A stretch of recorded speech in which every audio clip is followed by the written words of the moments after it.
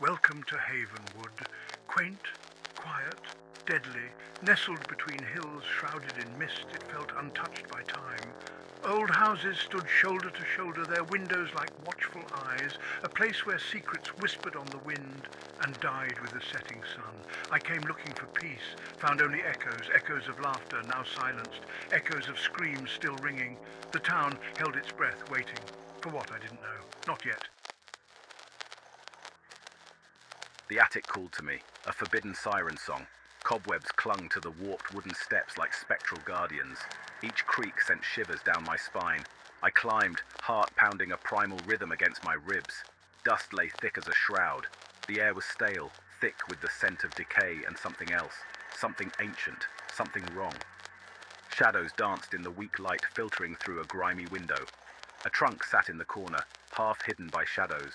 Bound in iron, it pulsed with an energy that stole my breath. The air grew cold, pressing down on me like a physical weight. I knew this was what I was looking for.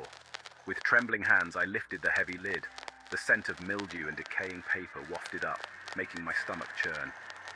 Inside, nestled amongst yellowed lace and faded photographs, lay a leather-bound diary.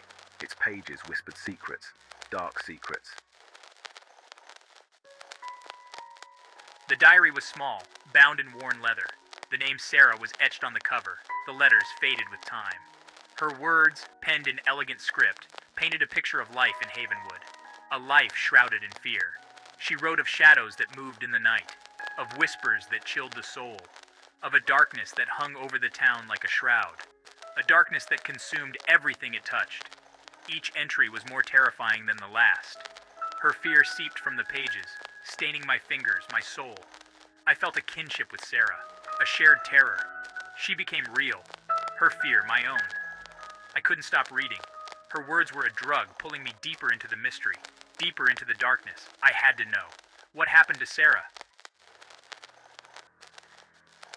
The diary entries grew more frantic, more desperate.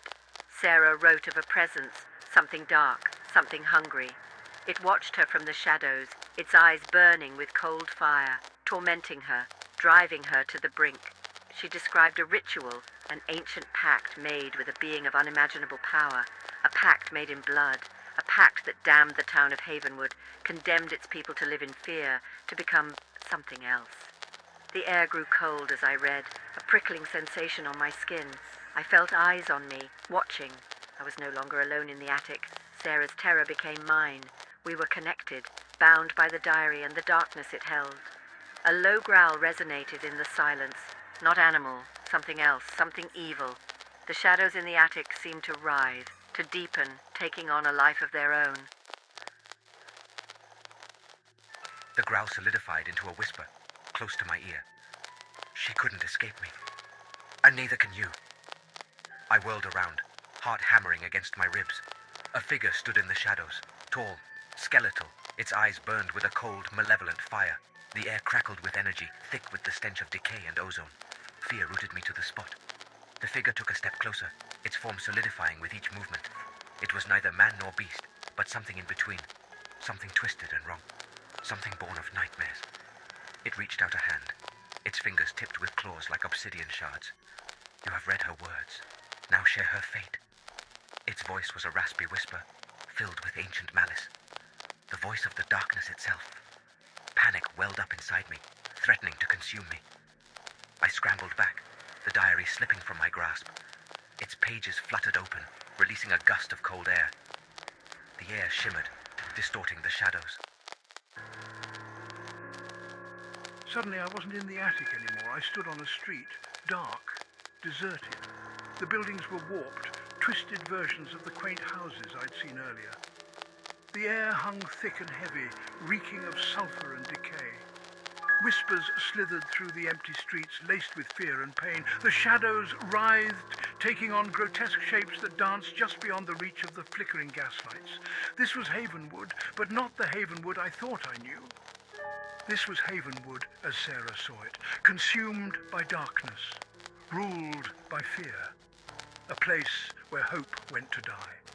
Terror lent speed to my steps. I ran blindly, the cobblestone streets uneven beneath my feet. The whispers followed, growing louder, more insistent. They wanted me to join them, to become one with the darkness. Section 7, The Ritual. I stumbled into a clearing. A bonfire blazed in the centre, casting flickering shadows that danced with macabre glee. Figures ringed the fire, their faces hidden by dark hoods. They chanted in a language I didn't understand, their voices a low, guttural thrum. Bound to an altar, her eyes wide with terror, was Sarah.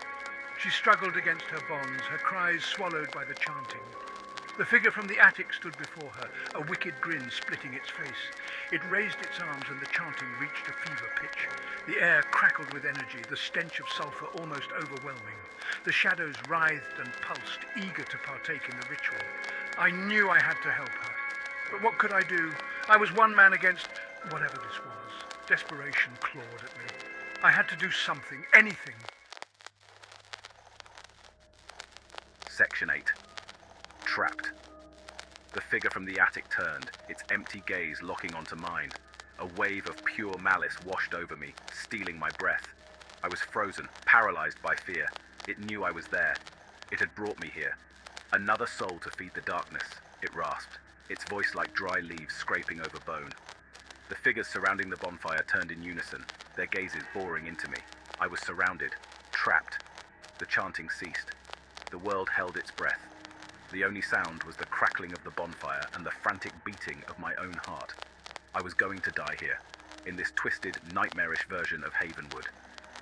The figure from the attic gestured towards me, its grin widening. "Bring him to me," it commanded, its voice dripping with malice.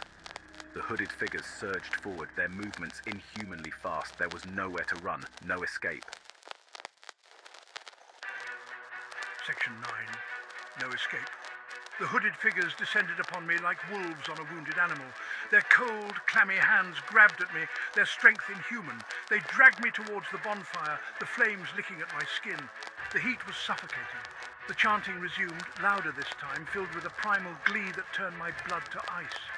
I looked at Sarah, her eyes wide with a mixture of fear and pity. She knew what was coming. She had seen it all before.